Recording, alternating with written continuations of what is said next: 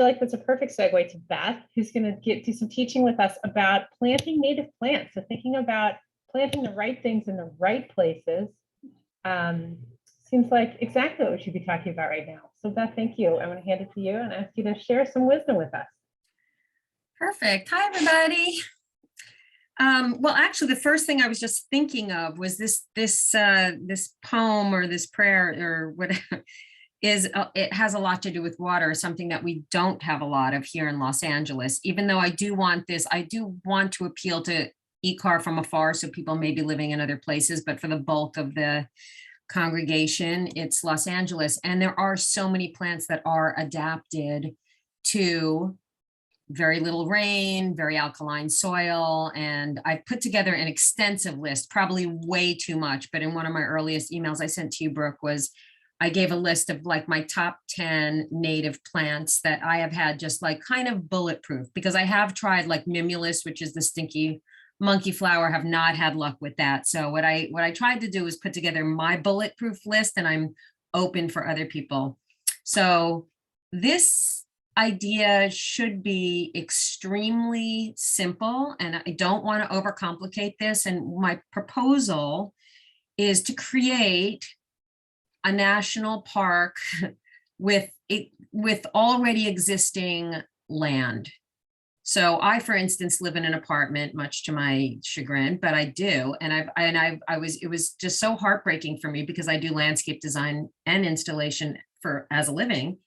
But what I realized through the pandemic was there was a space behind my building, and like nobody used, I mean, it was just weeds. And I actually have some, I put some photos there. So what I did was I took that area behind my building and I just kind of took it over, and I put in probably over 20 different species of native plants. And it could be what I'm proposing is to the congregation is, to whatever degree people would like to participate, pick one or more native plants and plant them in your garden. And the idea here is that we create this contiguous highway for pollinators. That's it. That is really, it should be super simple. I'm not asking people to remove their lawns. I'm not asking them to change their irrigation. If you live in an apartment and only have a balcony, put one in a pot, or 2 or 20. I mean, I'm really open to whatever degree people want to be interested, want to participate, but that's essentially the idea that I had. I went up to Brooke and I said, hey, I have this idea of creating this kind of, this ribbon of highway for pollinators. And also the interesting thing about native plants is they don't just service birds and butterflies, but also by nature of their root system, they actually activate a different type of microbiology under the soil. And I don't want to like bore anyone or get anybody too excited because I can nerd out on this stuff, but it really is so good on science. Nerding, yes. So it's just such a great way to kind of wake up the microbiology under the soil as well. And that's one of the things I was going to say about this rootedness, like a palm grove and like cedars next to the water, and they all need different things. They all create and give different things. And there is like, it's just like everything, we don't exist in a bubble. It's why we go to IKAR. It's why we seek out community. And it's the same thing with the plants around us and all of it. It's all just an extension of the same thing of becoming healthier and more engaged. And that's it really. I'm open to any questions, or, I mean, if you want more information, but I really don't want to overcomplicate this. What I've provided is a list somewhere, Brick, I don't know. But do you want us to share now? We were waiting on you. Yeah, you can share that. And then, and also if people explore. You want to share the photos now, or? Sure, either the photo, I can show you what I did I tried to put them in order for Sarah, I think, who is going to be putting them out. Right, yes, Sarah.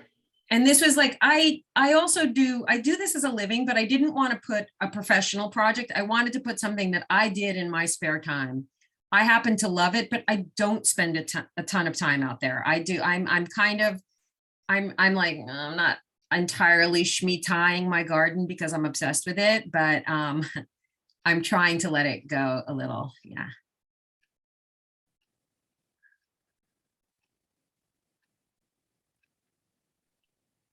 There we go.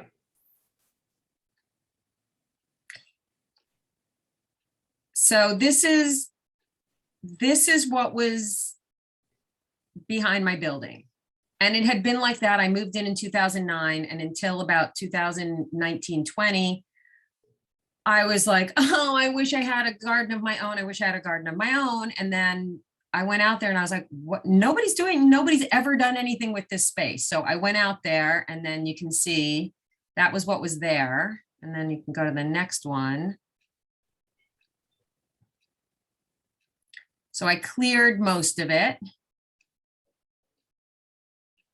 And then I got some, there's actually in this photograph are probably about 10 native California plants. There are a bunch of them, some mallows, some salvias, some prosthanthus, and ceanothus, things that have just been so bulletproof for me that I pepper throughout different people's yards. I try to use things that will either bear, my kind of philosophy is if you're going to water it, you should be able to eat it, or it should be a native plant. So I try to incorporate that into my professional jobs as well. And then if you go to the next, and this is all scrap wood and stuff. So I built this all just from scrap wood and things that I found, and people donated little plants, and it's literally the cutest thing. Like, people stop by, they take pictures of their kids in front of it. I now have like a little fountain, a little solar fountain. And if you keep clicking through, oops, okay, so that's a before from above, and then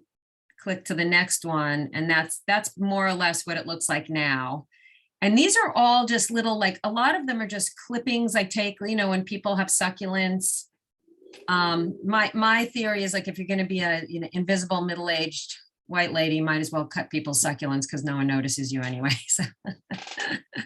So that's it. But I do have, there's Artemisia californica in there, and there's some Ceanothus Yankee Point and some lobelia, and there's a ton of things, including like people, like this woman was rolling a pot out to the sidewalk, and I was like, oh, and she goes, I feel so bad, I picked this up. I was like, I'll use it. And she dropped it off at my house, left her phone number in it. It's a really sweet little kind of connecting point. So that's cost very, very little money. So I just wanted to show this as an example. These are all kind of succulents on the corner, some sugar snap peas, you know, you can cut up the eyes off a potato and chuck them in the ground. I'm kind of like whatever survives. So I keep it very like experimental and, you know, nothing. And this takes very, very little water. I have all kinds of herbs and things like that. So anyway, that was just, that's just kind of an experimental fun garden. And then if anybody has any questions, I think that's it.